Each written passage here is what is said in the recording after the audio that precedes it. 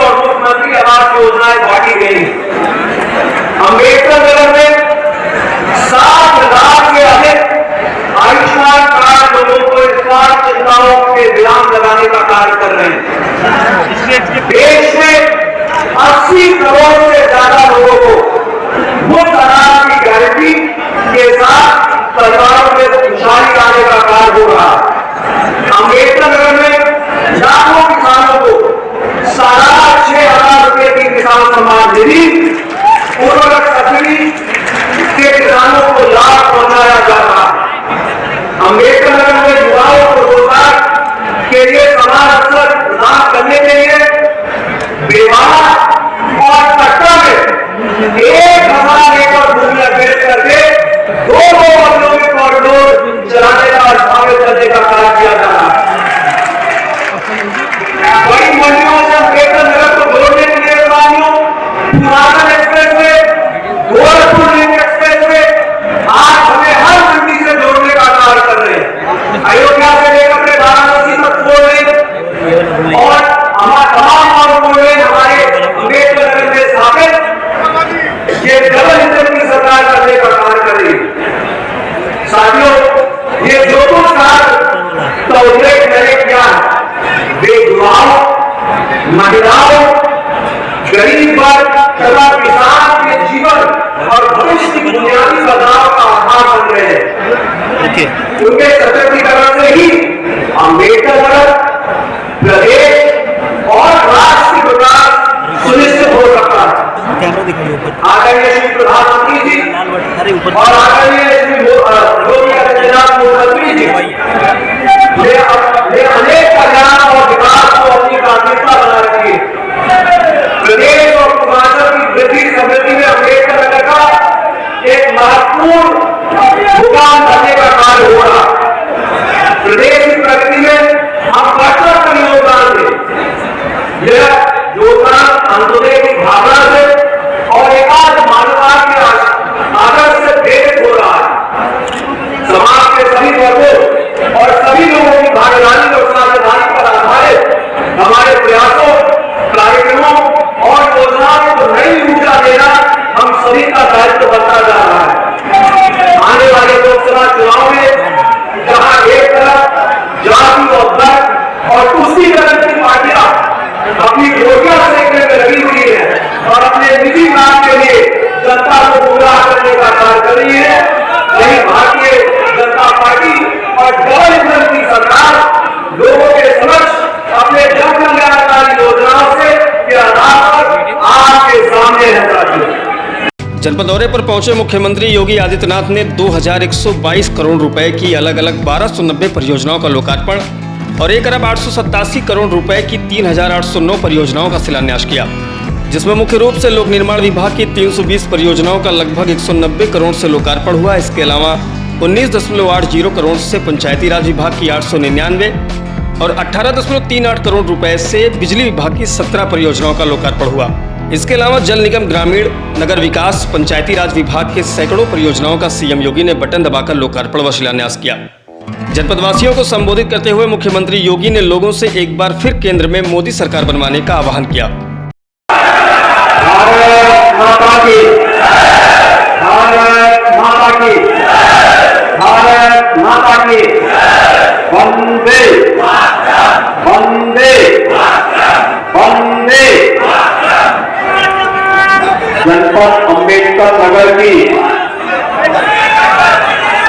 2100 करोड़ रुपए से अधिक की परियोजनाओं के आज के लोकार्पण और शिलान्यास कार्यक्रम में परियोजनाओं की सौगात होली के ठीक पहले जनपद वासियों को प्राप्त हो रही है। इसके लिए मैं आप सबके हृदय से बधाई देता हूं।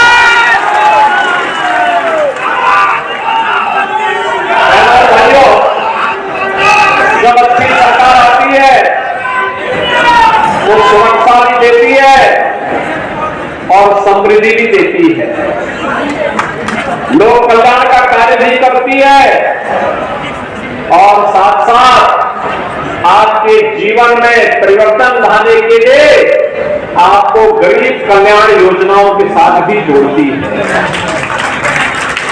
आपने पिछले 10 वर्ष में प्रधानमंत्री मोदी जी के नेतृत्व में एक बदलते हुए भारत को देखा है।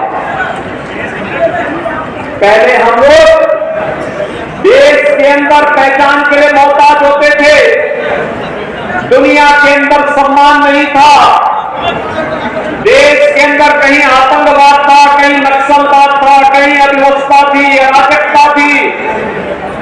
लेकिन 10 वर्ष में पूरी दुनिया के अंदर सिरमौर के रूप में उभरा हमारा भारत एक नए भारत के रूप में है।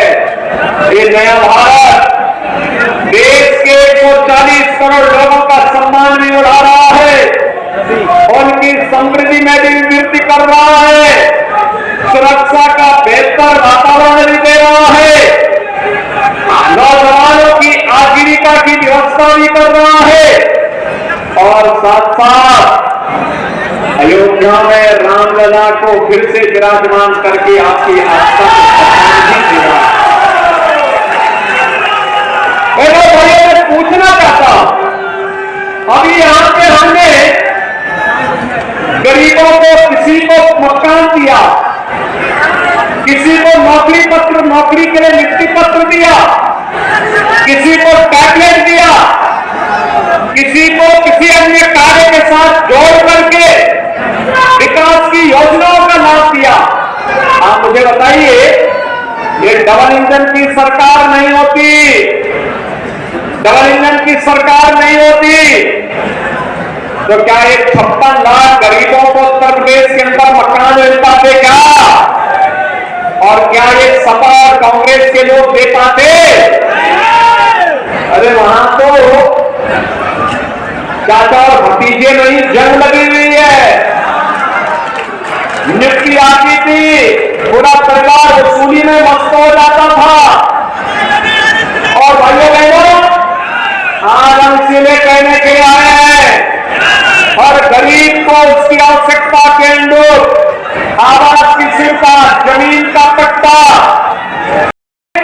जितने भी बाबा साहब भीमराव अम्बेडकर के नाम पर कन्नौज में मेडिकल कॉलेज का नाम हटा दिया, हमने फिर से जोड़ दिया। हमने कहा बाबा साहब भीमराव अम्बेडकर भारत के संविधान के शिल्पी थे, उनके नाम पर कोई समझौता नहीं हो सकता। समाजवादी पार्टी दलित विरोधी है, उन्होंने भले ही नाम मिटाया होगा, हम फिर से बाबा साहब के नाम पर वहां के मेडिकल कॉलेज का नामकरण करेंगे। ये वही समाजवादी पार्टी है जिसने गेस्ट हाउस का कांड भी करवाया था और दलित महापुरुषों के नाम पर बने हुए स्मारकों को इसने वहां से हटाने के लिए उस समय आह्वान किया था। लेकिन भाइयों बहनों, आज डबल इंजन की सरकार बाबा साहब भीमराव अम्बेडकर के नाम पे पंचतीर्थ का निर्माण करती है। आज डबल इंजन की सरकार देश के अंदर 4 करोड़ गरीबों को फ्री में आवास उपलब्ध करवाती है। पहले गरीब का आवास दे दिया, भगवान के भक्त को पहले आवास दे दिया और भगवान का मंदिर का निर्माण तब उसके बाद करवाया गया, जिससे सभी भक्तगण बिना भेदभाव के भगवान का दर्शन करने के लिए आ सके। और आज केवल मकान ही नहीं मिल रहा है, मकान के साथ आयुष्मान भारत का कार्ड भी मिल रहा है, राशन कार्ड भी मिल रहा है, इसके साथ ही उज्ज्वला योजना का कार्ड भी मिल रहा है, बिजली कनेक्शन भी फ्री में उपलब्ध हो रहा है, निजी नलकूप धारकों किसानों को फ्री में बिजली उपलब्ध करवाने का कार्य भी हो रहा है। एक साथ इतने कार्यक्रम एक साथ। और अभी तो ये डबल इंजन की सरकार ने तय किया है, हम हर परिवार को फैमिली आई कार्ड जारी करने जा रहे हैं। फैमिली आई कार्ड का मतलब, फैमिली आई कार्ड का मतलब किस परिवार को जो सुविधा तक प्राप्त नहीं हो पाई और पात्रता की श्रेणी में आता है। जैसे जब एसईसीसी का सर्वे हुआ था 11-12 में, तब तक केंद्र में भारतीय जनता पार्टी की सरकार थी, राज्य में भारतीय जनता पार्टी की सरकार थी।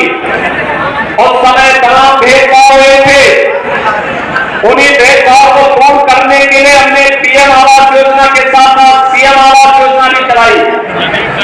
युवाओं के लिए, उनके सशक्तिकरण के लिए हम लोगों ने उन्हें सक्षम बनाने के लिए टैबलेट और स्मार्टफोन वितरण का कार्यक्रम भी हम लोग कर रहे हैं। या जिन लोगों के पास सेक्स सूची के अनुसार उन्हें योजना का लाभ नहीं मिल पाया है, उसके लिए हम एक फैमिली आईडी का आईडी जारी करने जा रहे हैं। और व्यक्ति के पास तो फैमिली आईडी होगा, वो उसका पहचान भी होगा और पहचान के साथ साथ अगर उस परिवार को राशन कार्ड की आवश्यकता है तो स्वतः उस कार्ड से उसको राशन कार्ड मिल जाएगा। मकान की आवश्यकता तो मकान उसी से मिल जाएगा। आयुष्मान कार्ड की आवश्यकता पड़ेगी, उसी कार्ड से सुविधा प्राप्त हो जाएगी।